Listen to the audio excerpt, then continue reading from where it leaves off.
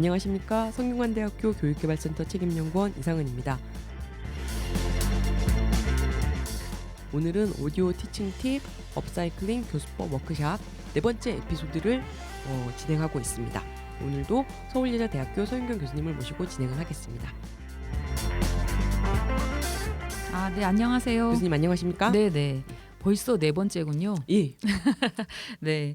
이 업사이클링 워크숍을 이렇게 계속 업사이클링 할수록 예. 굉장히 감칠맛이 있다 이런 생각이 들기도 하는데 그렇습니까? 저만 그런가요? 저는 물론 당연히 그렇죠. 네, 우리가 한번 이렇게 했던 일들에 대해서는 사실 되돌아보지 않을 만큼 못할 만큼 굉장히 바쁘게 지내는데 사실 저도 이제 서울예대 CTL에 있지만 지난 워크숍들에 대해서 저는 이제 모든 워크숍을 다 참여하니까 제가 주관하니까 참여해서 이런 내용들에 대해서 이제 개인적으로는 생각하지만 또 참여하지 않으신 분들 또 이 중에는 또 참여하셨는데 다시 한번 들으시는 분들도 계실 거라서 이렇게 다시 한번 이렇게 곱씹어보는 기회가 없거든요. 그렇죠. 그런데 이 업사이클링을 통해서 다시 한번 또 이런 걸 이렇게 되돌아 보니까 훨씬 더 의미가 있고 좋은 정보들이 제공되는 것 같습니다. 그런 차원에서 오늘 네 번째 업사이클링도 아주 멋있게 잘 했으면 좋겠는데요. 네 번째 워크숍 주제 소개 좀 해주시죠. 네 번째 워크숍 주제는 저희가 네 번째, 다섯 번째는 큰 제목을 같이 달았습니다. 그게 뭐였냐면은 미래 대학의 모습을 전망한다, 전망하다라고 해서 그 전에 했던 세 번째 워크숍이 되게 현실에 기초하고 터하고 있었습니다. 저희가 되게 서비스 러닝, 뭐 학생 20대 이야기, 갈등 등등이 되게 이미 우리 가까이에 있는 문제를 조금 해결하는 데 도움이 되는 워크숍을 했다면은 네 번째, 다섯 번째 워크숍은 조금 이렇게 멀리 조망하기 위한 워크숍으로 기획을 했고 그러다 보니까 어떤 특정 분야의 전문가가 아니라 교육학을 하시는 교수님을 모시고 했죠. 지금 시기적으로 전국에 있는 많은 대학들이 교육 혁신 사업을 앞두고 있지 않습니까? 그렇죠. 그런 차원에서 이 미래 대학의 모습을 전망해 보는 기회에 굉장히 의미 있었을 것 같은데요.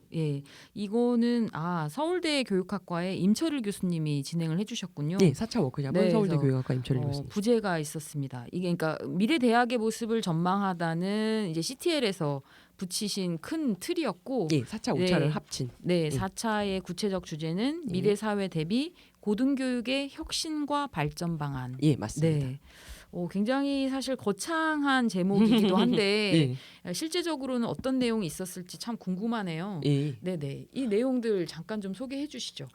우선 이 제목이 일단 미래 사회를 대비한 고등교육의 혁신과 발전 방안. 저희 대학에만 한정되는 이야기가 아니라 우리나라 대학 전체를 커버해서 미래 사회를 준비하는 그런 대학이 무엇을 해야 되는가에 관한 이야기였는데 사실 이 제목은 저희가 임철일 교수님, 송희덕 교수님, 김지연 교수님 세 분이 한국대학교육협의회에서 연구과제를 발주를 하셨어요. 그 연구과제 보고서 그 제목 그대로입니다. 그러니까 대교협에서 진행했던 그 연구과제의 연구진들의 연구 결과를 연구 보고서 제목을 그대로 받았는데 요약해서 진행해 주셨군요. 그대로 한 거는 뭔가 이제 뭐 개인적인 어떤 이렇게 전문성 그런 통찰도 필요하지만 조금 대학교육협의회 우리 대학이 전체적으로 필요로 하는 내용이었다라고 하는 걸 좀 드러내기 위해서 그대로 요청을 드렸고요. 그 내용을 정리를 해서 임철일 교수님이 발표를 해주셨습니다. 연구 책임자이셨죠. 그래서 그 자료집을 기준으로 말씀을 드리자면은 미래 한국 고등교육의 비전 4가지가 있더라고요. 서윤경 교수님도 우리나라 대학 교육 혹은 고등교육의 일원으로서 우리나라 대학 교육이 비전 앞으로 어떻게 가야 할 것인가에 대해서 고민을 많이 하실 걸로 짐작을 하는데 4가지를 일단 그대로 말씀을 드리겠습니다. 교수님 들어보시고 들어보겠습니다. 얼마나 와닿는지 혹은 뭔 이야기 같은지 판단을 한번 해주십시오. 첫 번째는 학문 추구의 고유성과 삶의 역동성의 융합입니다. 한국 대학이 학문 추구하는 고유성 그건 되게 이제 고전적인 기능이라고 할 수 있죠. 그런데 학생의 삶의 역동성을 융합을 한다라고 하는 게 첫 번째 비전이었습니다. 학문 추구도 하면서 그 안에 학문이 삶과 동떨어진 게 아니라 삶과 연결되어서 삶의 역동성을 같이 융합하는 그게 첫 번째 비전이었습니다. 네네. 계속 두 말씀드리자면은 번째는요? 예. 예. 두 번째는 개방적이고 혁신적인 창의 인재 육성. 네, 저희가 사실 굉장히 많이 들었던 예. 용어이지만 예. 비전입니다. 예. 네. 되게 그 키워드가 많죠. 개방적이고 혁신적인 창의 인재 육성. 네. 인재는 창의적인데 그거를 방법론이죠. 개방적 혁신적으로 한다. 자, 인재를 키운다. 네, 이게 사실 뭐 한국 고등교육에서만 얘기하는 게 아니라 이미 한 10년 전부터 미래 사회를 이야기하면서 세계적으로 이야기하고 있는 키워드가 그대로 녹아 있네요. 그렇죠. 네. 네, 세 번째는 뭔가요? 세 번째는 학습자 수준 및 능력에 개별화된 적응적 학습의 제공. 개별화되고 적응적인 학생 개인에게 수준과 능력에 맞추어진. 네, 이거는 아마도 이 테크놀로지가 발달이 되니까 그쵸. 오히려 테크놀로지와. 더 가능해지고 수월해진 그런 또 비전일 수 있겠습니다. 네. 예, 네 번째는요? 마지막은 대학 교육 수요 창출 및 다양성의 추구. 대학 교육의 수요가 저희 전통적으로는 이제 고등학교에서 진학한 학생들이 그렇죠. 이제 수요를 갖고 맞죠. 있겠죠. 네. 그런데 이제는 수요를 그냥 맞추는 게 아니라 창출해내는 것 및 다양성을 추구하는 것. 이것도 이제 대학 교육, 고등교육의 수요자가 다양해진다라는 걸 의미하겠죠. 네, 예. 기존에는 사실 그 학령 인구들이 예. 그대로 대학에 많은 비중을 차지하고 이제 들어왔었는데 이제는 뭐 기본적으로 학령 인구 자체가 줄어드니까 그럼요.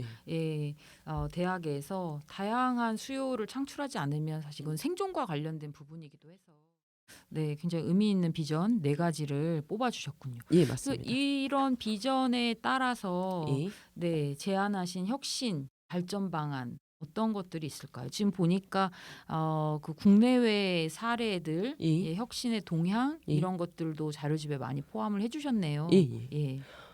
국내외 사실 외국 대학 사례가 많았습니다. 그때 네. 그래서 뭐 고등교육 혁신의 아이콘 가장 요즘 우리나라 대학에서 잘 이렇게 언급되는 게 아리조나 스테이트 유니버시티죠. 아, 네. 거기를 고등교육 혁신의 아이콘으로 네네. 그렇게 이야기를 하시고 그리고 많이 들어봤던 뭐 미네르바 대학 그리고 그 기업가 정신 강조하는 팀 아카데미 네네. 그리고 스탠포드 디스쿨 그리고 테크놀로지 아까 적응적 뭐 그런 거 네네. 이야기할 때 테크놀로지 활용에 대해서 말씀하셨는데 네네. 노스웨스턴 대학 캔버스 LMS를 캔버스를 쓰고 있는데 캔버스가 네네. 요즘 뭐 미국 대학에서 많이 도입한다라고 해서 네. 캔버스 사례 등등을 소개를 해주셨습니다.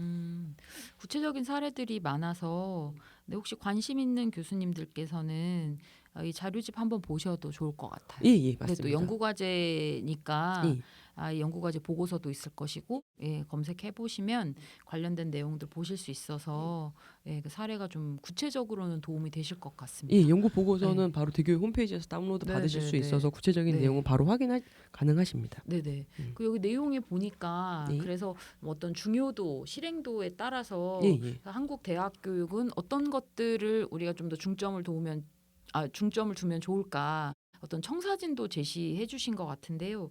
이 중에 좀 이렇게 교수님들께 소개해드리고 싶은 의미 있는 내용들이 있을까요? 우선 아까 네 가지 비전을 말씀을 드렸는데 네네. 이 연구에서 이제 네 가지 비전 각각의 비전 하위에 두 가지 혹은 세 가지의 발전 방안을 제시를 하셨습니다. 네. 그래서 뭐 학문 추구의 고유성과 삶의 역동성의 융합 밑에는 세 가지 발전 방안이 있어서 첫 번째가 대학 교육의 핵심 능력 및 특화된 능력의 형성. 두 번째가 기초 교양 교과 과정의 범위와 수준의 확대. 세 번째는 학문과 삶의 연계 및 적극적 미래 시민의 양성. 이렇게 세 가지 발전 방안이 있었고요. 네네.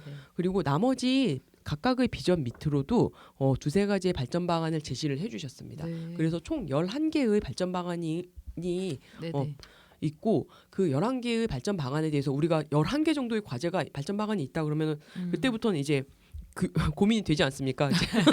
그럼 뭘 먼저 해야 되는가? 그렇죠. 많죠. 네. 이렇게 다 한꺼번에 할 수는 없는데 뭐 그러면 이제 선택을 해야지 되는데 뭘 우선순위에 둘 것인가? 그런 거를 이 연구에서 실제로 이제 총장 및 보직 교수님 16명을 대상으로 설문조사를 해서 실행 용이성과 효과성 두 가지 축을 기준으로 실행이 용이하고 효과가 높은 과제를 우선 실행 검토 과제, 빨리 시작할 수 있는 과제라고 할 수 있겠죠. 그 과제로 놓고 그리고 실행 용이성은 높으나 효과성이 낮은 과제, 혹은 반대로 효과성은 높으나 실행 용이성이 낮은 과제는 실행 검토, 일단 이제 검토해볼 만한 네네. 과제, 그리고 효과성도 낮고 실행 용이성도 낮은 과제를 실행 검토의 3순위, 가장 이제 후순위 과제로 그렇게 구분을 하셨더라고요. 네, 구체적인 내용들은 교수님들께서 자료집 보시면 다 이해되실 것 같고요. 이 오디오 티칭 팁에서는 효과성과 실행 용이성이 모두 높은 거, 그것만 좀 간단히 소개를 해주시면 어떨까요? 예. 저도 이 발전 방안을 먼저 소개를 해드리고 싶었는데 전체적으로 약 9개, 9개의 발전 방안이 있고 교수님들께서도 우리 대학 혹은 서인균 교수님도 이제 뭐 서울여자대학교에 지금 어디만큼 와 있는지를 한번 살펴봐 주셨으면 하는데 일단 첫 번째로 우선 실행 검토, 그러니까 둘 다 높은 우선 실행 검토 과제로 일단 기초 교양 과정의 개설과 내실 있는 운영, 교양 과정에 대해서 가장 먼저 이야기를 하시더라고요. 그리고 그 다음이 뭐 융합형 교양 과정 트랙 개발 및 운영. 교양 교육이 교육 중심으로 되어 있지 않습니까? 그래서 이쪽을 먼저 실행을 하는 걸 검토해볼 만하다라고 제안을 해주셨습니다. 그리고 대학 밖의 삶의 주체적 참여를 가능하게 하는 교육 방법의 시행. 교육 방법 이야기가 여기서 나왔네요. 네, 이게 비전 1과 관련해서 비전 1이 아까 이제 말씀드린 대로 학문 추구의 고유성과 삶의 역동성 융합이라고 하는 비전을 위해서 비전 아래에 그 효과성, 실행 용이성이 모두 높은 것으로 이 교양 과정, 기초 교양 과정을 좀 내실 있게, 그다음에 기초 교양 과정도 좀 융합적으로. 그다음에 또 삶의 주체적 참여를 가능하게 하는 교육 방법을 적용하는 것. 이런 것들이 우선순위가 이제 높게 나온 거죠. 그쵸. 이거는 이제 그 연구 참여자들 인터뷰나 뭐 조사 결과에 의해서 이제 정리가 된 거기도 하고 연구진 견해도 들어가 있겠지만 교수님들께서도 혹시 이제 우리가 이제 교육 혁신 사업을 고민하게 되니까 이거는 학교 전체가 다 같이 좀 움직여야 되는 그런 사업들이다 보니 참고가 되실 수도 있을 것 같습니다. 그러면 이제 개방적이고 혁신적인 창의 인재 육성 관련해서 구체적인 어떤 전략들로 이 세 가지가 있었는데 학생 주도적 프로젝트 수행, 연구 과제 수행, 실습 등의 여건 제공 및 학점 인정. 그리고 전공 및 문제에 적합한 문제 해결 프로세스의 습득 및 지원. 그 다음이 전공 맞춤형 현장 및 사회 문제 해결 경험의 기회 마련. 이쪽은 전공이랑도 좀 관련이 되고 조금 더 학생 주도적인 수업 방법이 들어간다라고 보셔도 될 것 같습니다. 그다음 또 어떤 게 있을까요? 세 번째 비전이 학습자 수준 및 능력의 개별화된 적응적 학습 제공인데 그 밑으로 아까 말씀하셨던 좀 테크놀로지와 관련이 되어 있는데 적응적 학습 지원을 위한 적응적 학습 플랫폼의 운영으로 나와 있고요. 적응적 학습 플랫폼은 좀 생소한 느낌이 들기도 하는데요. 이 부분에 대해서는 조금 더 이제 구체적으로 구현이 되어야 하겠죠? 제가 이거를 직접 들었던 내용이 그 LMS의 뭐 이 어드바이저, 그러니까 학생 맞춤형으로 어디까지 공부를 했고 뭐가 지금 이제 뭐 비어 있고 그런 걸 정보를 이렇게 푸시해주는 그런 기능들이 여기 예시로 나와 있었던 걸로 기억을 하고 있습니다. 그다음 비전 4와 관련해서 대학 교육 수요 창출 및 다양성 추구와 관련해서 우선 실행 검토가 필요한 전략들. 다양성에서 이제 예상하실 수 있는데 유학생들의 성공적인 대학 혹은 대학원 과정의 이수 및 진로 지도, 그리고 재학생의 인턴십 프로그램 내실화 이렇게 제시를 하셨습니다. 이런 것들이 교육 혁신 사업 내에 많은 또 그 실행 가능한 아이디어들로 담기면 의미가 있겠네요. 그렇죠. 지금 뭐 발전 계획이나 이렇게 새로운 아이디어를 많이 필요로 하시고 있을 터인데 고려해볼 만한 참고하실 수 있겠습니다. 그럼 참여하신 교수님들 꽤 많으셨던 걸로 보이는데요. 교수님들이 주로 어떤 것들에 대한 질의응답이 이루어졌나요? 일단 기억에 남는 질의응답이 이 연구는 교양교육 쪽을 많이 다루셨더라고요. 아무래도 이제 대학 교육과 관련된 기능이다 보니까 교양교육의 뭐 강화, 내실화 그런 이야기가 많이 있었는데 이 부분은 조금 우리 대학에선 저희 이제 연구중심 대학을 기본적으로 표방을 하고 있고 전공교육에 대한 중요성도 간과할 수 없는지라 지금 이게 우리 대학에도 적용할 만하냐 이거는 질문이라기보다는 코멘트에 더 가깝죠. 그런 의견을 주신 분도 계시고요. 그리고 조금 구체적인 질문을 자연과학 캠퍼스 교수님이 하셨는데 인공지능을 적용해서 학생 맞춤별 피드백이 가능한 때가 올까? 네네. 진짜로 오겠느냐? 학생 정말 개별 맞춤형으로 네네. 되겠느냐라고 할 때 그때 임철일 교수님이 10년 이내로는 어려울 것 같다라고 하셨습니다. 좀 그걸 이제 뭐 표방하는 단순한 수준의 개별화된 어떤 학습 보조, 학습 지원은 지금도 가능하나 뭐 정말로 학생 개인 맞춤형으로 전적으로 인공지능을 활용한 그런 서비스는 10년 이내에는 어렵지 않겠느냐라고 네. 그렇게 조망을 하시더라고요. 그런 내용이 질의응답에 있었습니다. 네. 근데 제가 지금 네. 이 참여하셨던 교수님들의 반응을 보다 보니 네. 이건 굉장히 좀 새로운 형식으로 진행했던 워크숍인가 봐요. 예, 네. 맞습니다. 저희가 원래는 자각캠, 인사캠 각각 한 예. 번씩 하시잖아요. 예, 근데 맞습니다. 이때는 예. 좀 화상으로 진행하셨나 예, 보네요. 뭐 여러 가지 이유가 있었는데 네.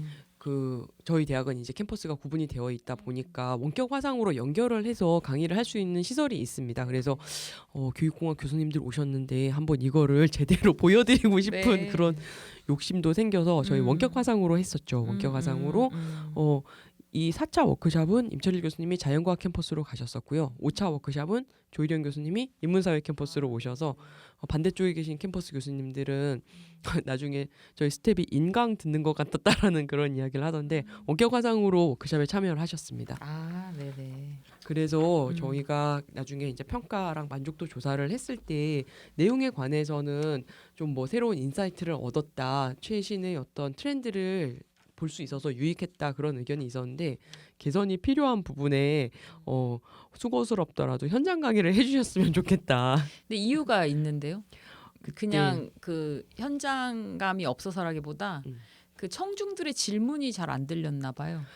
그것도 그렇죠. 여러 가지 그러니까 원격 화상 강의를 할 때 뭐 소인경 교수님도 교육공학 전공하셨으니까 네. 저희가 이론적으로 배울 때랑 실제가 이제 되게 좀 차이가 있는데 테크놀로지는 네네. 특히나 불편함을 주는 그렇죠. 게 있죠. 근데 그날 질의응답 세션을 제대로 마이크를 계속 들고 다니면서 연결해서 반대쪽 캠퍼스 교수님들이 들을 기회를 마련하지 못했다는 그게 취약했고요.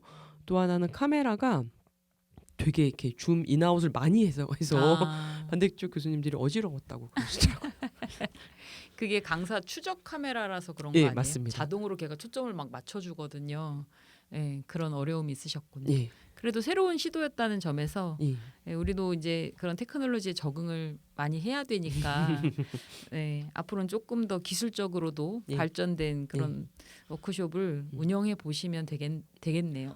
되게 해보고 아이디어를 많이 얻어서 다음번에 네네. 이렇게 하자라고 뭐 생각도 하고 있습니다. 예.